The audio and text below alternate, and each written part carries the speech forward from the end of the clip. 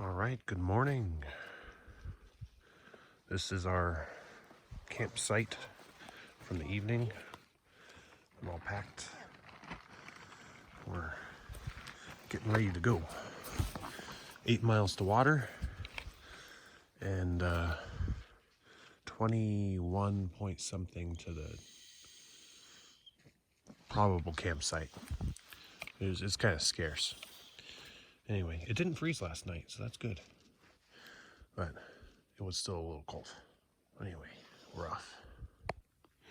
Nice little view of the hills over there. Only a couple of them are completely dusted in snow.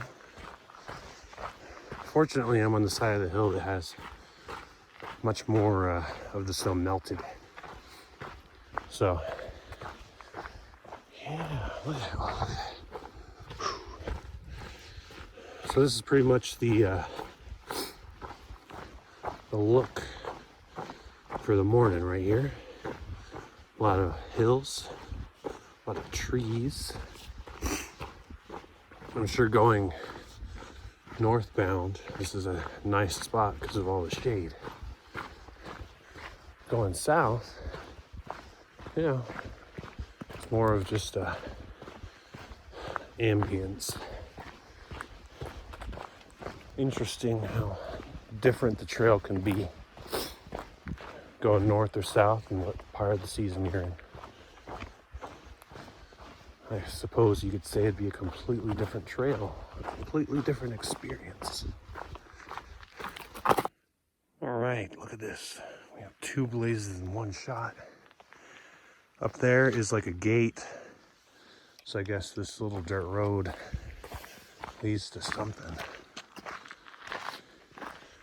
Like a, I don't know, a day hiker spot, but that dirt road didn't look very accessible to most vehicles. Who knows? My path doesn't lead up there, so I guess I won't figure it out for you. But if you have your own quad or ATV or something, then you can figure it out and let me know. Now that just screams hiker spirit. Just make do with what you have. Okay, so I figured it out for you. You don't have to do off-roading or anything. That's what it goes to. That's what that road goes to. Another road. They have a parking spot. All right. So save your gas. So I didn't mention it last night, I don't think. But it's funny. When I caught up to Solo, because I mean he got far. By the time I caught up to where he was, it was dark, you know, pitch black. Had my headlamp on, and then in the distance I saw a light. I was like, oh, finally caught up with him. So I switched my headlamp to the red so I'd be a little more stealthy. And then I wandered through the trees quietly. I got up near his tent as quietly as I could. And then I started going, oh, yeah, just making deep guttural noises. And it scared the crap out of him. It was pretty good. But yeah, you know, we both laughed about it afterwards. It was all good. Good stuff, good times, good fun. Anyway, I am glad to be riding the ridges. Although I know there's a point where we're going to be going down quite a bit today, and we're going to be going up a pretty decent chunk too. And then it'll be pretty flat again. Well, you know, elevation gain and loss wise anyway. We'll still be riding ridges, I think, pretty much until Tehachapi. I imagine this is a lot of what it's going to look like until Tehachapi. And it's going to get really flat and really deserty. If it doesn't seem deserty enough. There's also many signs of day hiker activity here. So many footprints compared to the spot before that road. There was nothing. Anyway, yeah, check that out. I'll be, looping around right there. All right, let's continue. Okay, so came from down there, the actual hills down here, and the trail came around, came up to this hill, did a bunch of switchbacks, and we got up here. Check this out. It's looking like we get another view. Some pretty nice mountains in the distance. Snow-capped mountains that I won't be touching. There we go. That is pretty neat. So we're about to come around the hill here. So that was familiar. Here comes something a little new. Let's see, it's all cloudy, foggy and misty in the distance. That is actually kind of neat. Let's see. Ooh, look at all that. Yeah, look at that. That is pretty cool looking.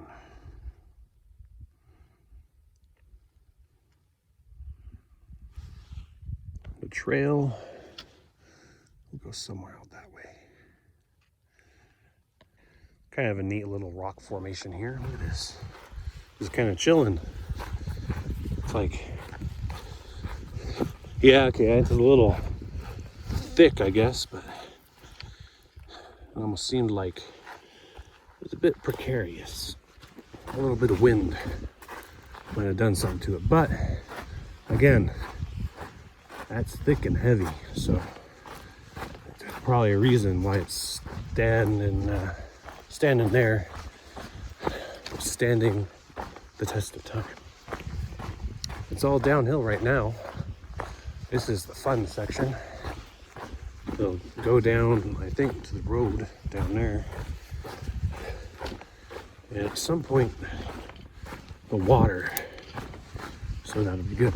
I still have a full liter, and my bladder is, the water bladder is still full. Not my personal bladder. I empty that from time to time, but yes, so I am doing pretty good on water. But here's the thing. After this water cache, I think it's a spring. Anyway, after this water source, is another 20-mile carry. 20 miles is a long way to go between water sources, you know? So definitely gonna want to load up my full capacity. Even though water is heavy, and inevitably after a water source, you're gonna go uphill again. It's just one of those things you gotta do. I am still very much enjoying the sights of the desert environment. There's just something incredible about the desert and the scenery. Not everybody appreciates it, and that always kind of gets to me. I know I've mentioned it a couple times, but you know, I understand it's not like everybody's cup of tea. It's like, oh yeah, after seeing some other sections like the Sierras or northern Washington, it's not like it's stunningly scenic, but it just definitely has its own unique beauty. It probably also helps that I have some nostalgia tied into it, since, you know, I'm kind of from regions like this. I'm a desert person. As an added note, perhaps this is why I have dry humor, because I'm from a dry environment. we're out in the middle of nowhere, and that's where the trail register is. Oh look, this one has like a couple bullet holes. Yeah, this one's old. All right, we're getting up to the road. The water cache is up here, so that'll be good. Then it's like 20 miles to the next water. So, gonna stock up. Let's see. Oh yeah, there's the jugs right there. I see them next to the Joshua trees. Let's see what this sign says. Kiava Wilderness. All right, look at all these water jugs. And look, you see they're dated too, so it's like, you know. Yeah, we're gonna drink everything. Oh, look at that. That's a very nice sign. A couple bullet holes in this one. Something, I don't know, something very interesting about that. In a good way, I kind of like it. All right. You know, it really is great that there's still trail angels so late in the season doing such good work. I had to leave a little sign of appreciation. They may never see it, but you know, there it is. Anyway, yeah, I see there's our sign. All right. So they have about 4 liters of water, and let's check this out. This is map. If I get lost, at least I'll know where I am. You are, oh, look at that. You are here. That is very helpful. All right. I wonder if there's anything in here. No, some people left garbage. Rude. You know, owlish head GPS. Okay.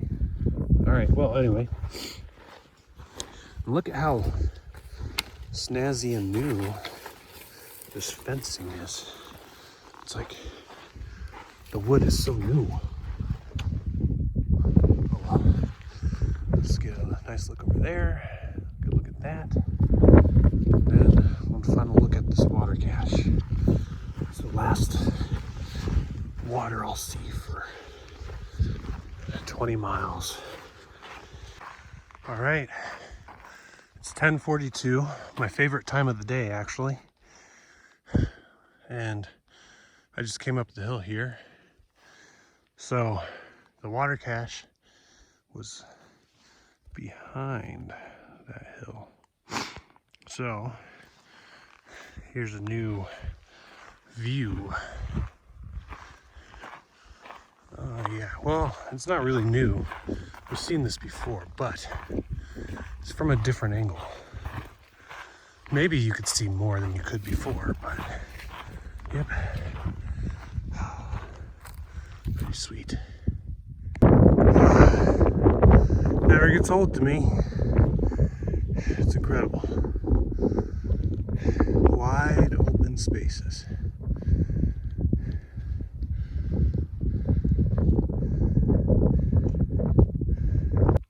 All right, so we have a little bit different scenery. I mean, kind of. A lot more Joshua trees. This is like Joshua Tree Central. I'm sure if I were anywhere on earth, I would guess that I was in Joshua Tree, but I'm not. I would be very wrong. Joshua Tree is a place, and it's not this place, but there are a lot of Joshua trees here. Ooh, look at that. I don't want to grab that with my bare hands. I don't want to grab any of this with my bare hands. Hey, most of it looks very uncomfortable. The desert is very harsh unforgiving place, especially for people who want to touch things. I mean, check out this. It's like a Joshua Tree tunnel. This is cool. I'm digging it.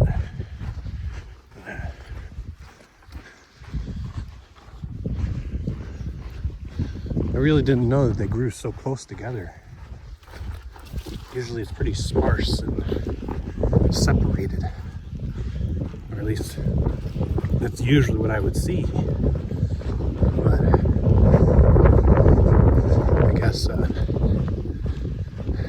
I guess I just hadn't seen enough of the world. Now I know better. For a second, I thought this middle one was the guy playing the bongo. Little bongo drums. Check it out. You'd read all about the tortoise.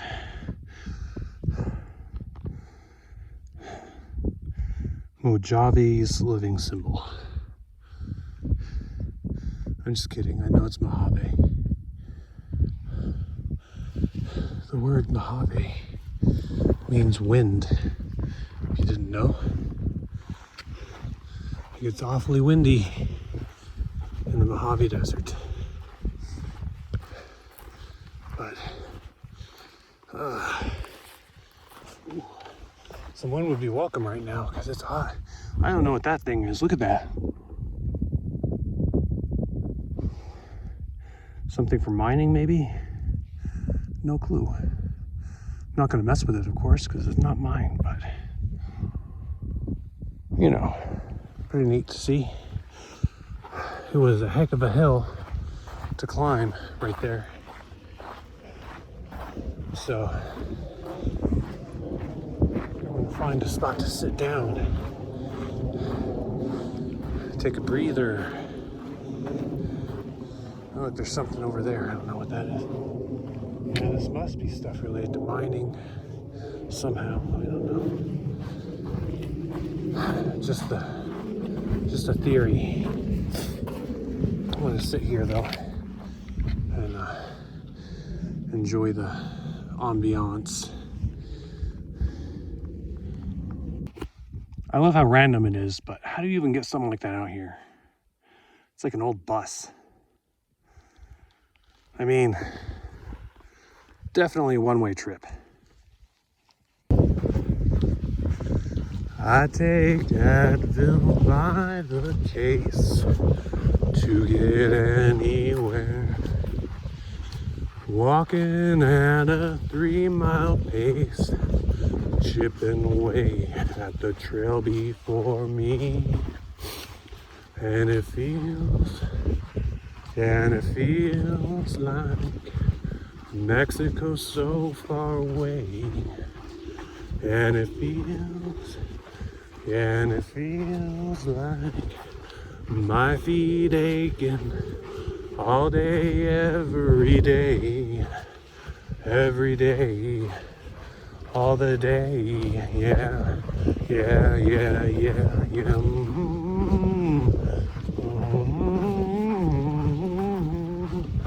Oh man.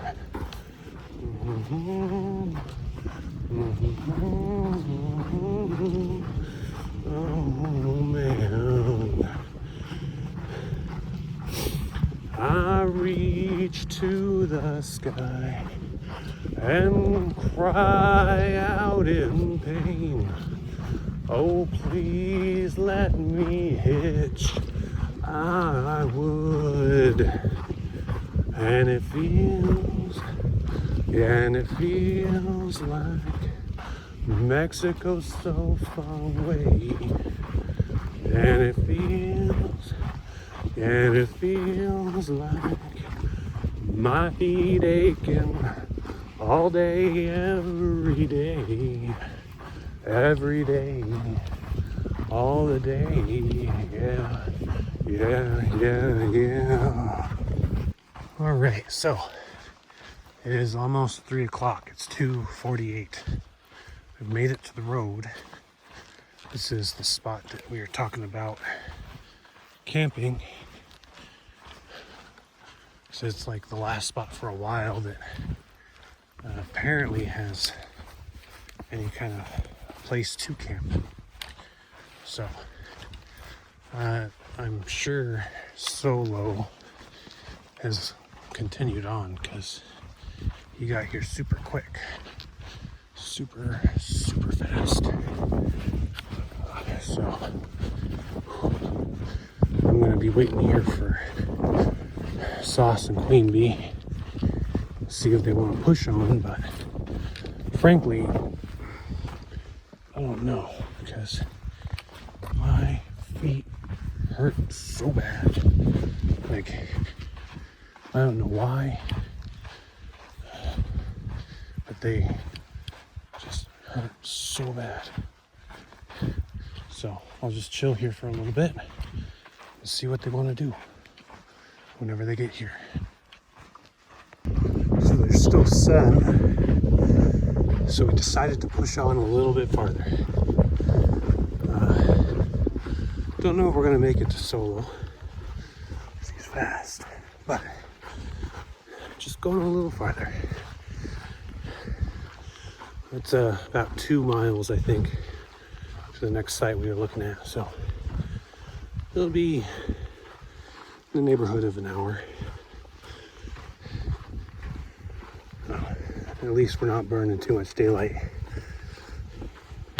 We found an ancient logbook. We're signing it. Interesting. Nessie hasn't been signing these. So I wasn't sure if this was actually going to exist, but yeah, this water cache is here too. So it's not a ridiculous water carry, or at least not as bad, right? Yeah. It's definitely the same trail angel because it has that map too.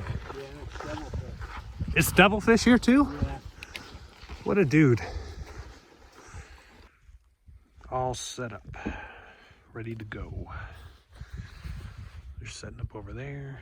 The water cache that we found, that we walked up on, is actually just down the hill right here. And there was a truck that just drove by on that dirt road. Amazing. And if we look in the distance here, we can see windmills. We're entering the land of wind and mills. Tehachapi is just around the corner. Anyway, I'll do my debrief in a bit, but for now I'm going to chill. All right, wrapping it up for the day. Not a super eventful day, really. It seemed like a lot of the beginning was just kind of going up the same couple mountains and then snaking through a range of a couple other mountains. We made pretty good distance and pretty good time. The daylight hours are really going by quick, and you only have so many, but we hit 21 miles pretty quickly, and I waited for Queen Bee and Sauce to catch up, and then we decided to go a couple more. Solo is crushing it, and he's way ahead. I don't know where he is. He must have went to the next campsite, but making pretty good time. As for scenery goes, it's pretty standard desert scenery. It's great to look at, but probably not the most photogenic scenery in a way. It kind of looks the same, so really I take a couple pictures and a couple videos, and a little bit goes a long way. It's all kind of the same. I'm enjoying it, but man, my feet hurt today more than they have probably hurt the entire trip, and I don't know why. Maybe the shoes are a little big, and maybe it's the scenery, I don't know. But they were aching hardcore. Definitely gonna keep on my Advil regimen. But anyway, we're getting closer to Tehachapi. Won't be long, another couple days, and we'll hit that point. The miles are starting to dwindle, so before long the trip will be over. Amazing to think that, although really with the days getting as short as they're getting, it's kind of a good thing to wrap it up soon. But anyway, I'll be calling it a night here. Thank you very much for joining me, and we'll see you tomorrow.